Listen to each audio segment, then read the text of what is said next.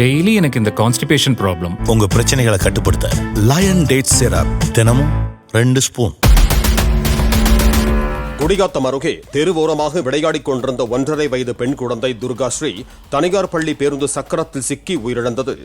குறுகலான தெரு வழியாக பள்ளி பேருந்து சென்றபோது ஓட்டுநர் இருக்கை அருகே உள்ள முன் சக்கரம் துர்காஸ்ரீ மீது ஏறி இறங்கியதாக கூறப்படுகிறது. பேருந்தை அங்கேயே விட்டுவிட்டு தப்பியோடிய ஓட்டுநரை கைது செய்ய வலியுறுத்தி உறவினர்கள் வாக்குவாதத்தில் ஈடுபட்டனர்.